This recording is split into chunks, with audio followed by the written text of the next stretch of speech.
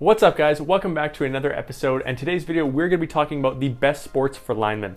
Now before we kick into this video, I do want to let you guys know we're working really hard to produce a ton of really cool content coming up soon. About 80% of you guys aren't actually subscribed to the channel, so don't forget, subscribe down below to see these videos twice a week.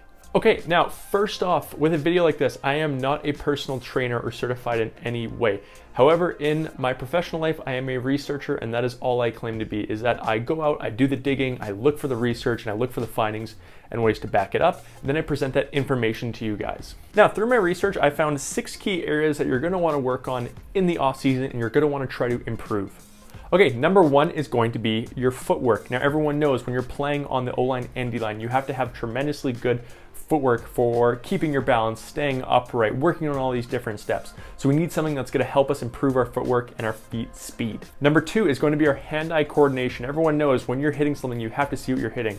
When it comes to double teams, having one hand on while you're looking straight ahead, taking someone on, hitting someone on an angle, pass blocking, snapping those hands out. You need something that's going to work on that hand fighting. Number 3 is going to be your overall strength. As a lineman, you always want to get stronger in some possible way, so we're going to look for something to build overall strength in that time. Number 4 is going to be your conditioning. Now with that, we're talking about your general conditioning, making sure that you're getting your heart rate elevated and you're making sure you're just staying in general shape in the off season. Number 5 is going to be your explosiveness. Now here we're talking about your small twitch movements. I'm talking about firing your hips at the end of the blocks, firing your hands out, right? Working on those small twitch motions and building up that explosive power and those really fast, snappy movements. Now 6 kind of ties into that, right? We want to work on more of our short bursts and different things versus our long runs.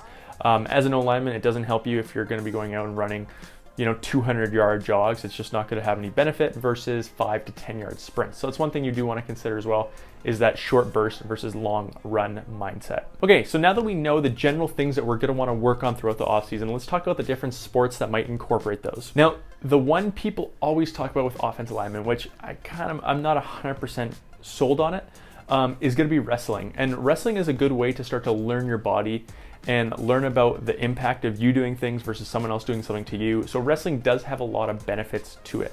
You're going to help build your overall strength, your power, your small explosive movements, definitely your hand-eye coordination.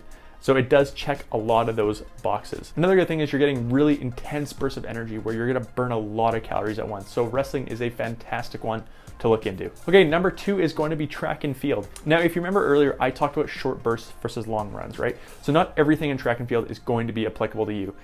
200-meter sprints is not going to be the move, but some form of relays, your shot put to work on your power, your really short shuttle bursts, right? Stuff like that, that's going to work on some of those skills. Again, there's so many different parts of track and field, we can't go through all of them today, but just remember those 5 to 6 key areas. All right, now the next one that a lot of you will probably already be doing is Olympic lifting. Right, when we're talking about Olympic lifting, we're not just doing deadlifts and squats and bench, right? We're working on more explosive movements in that mix. Yeah, those base power lifting movements are going to help build your overall strength. Now, when we're talking about Olympic lifts, we're talking potentially about snatches, cleans, and power cleans. And those are because we're building a lot of those fast twitch movements that you need in football. And that's why these are also incorporated. Another good thing with those is it builds a lot of hand-eye coordination. Your ability to get that bar over your shoulders, drop your hips underneath and work that is a valuable skill that you should employ.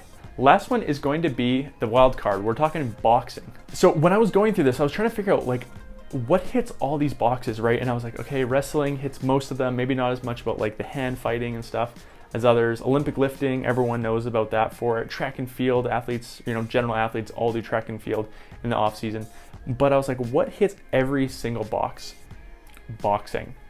Boxing works on your footwork tremendously. Boxing works on your hand fighting, your fast twitch movements, your ability to read and react to different situations and sense certain things coming. Boxing checks every single box that I could look for in the situation. So there you guys go. There are 5 different things you should be working on in the off season and 4 different sports that you could try and develop them in now.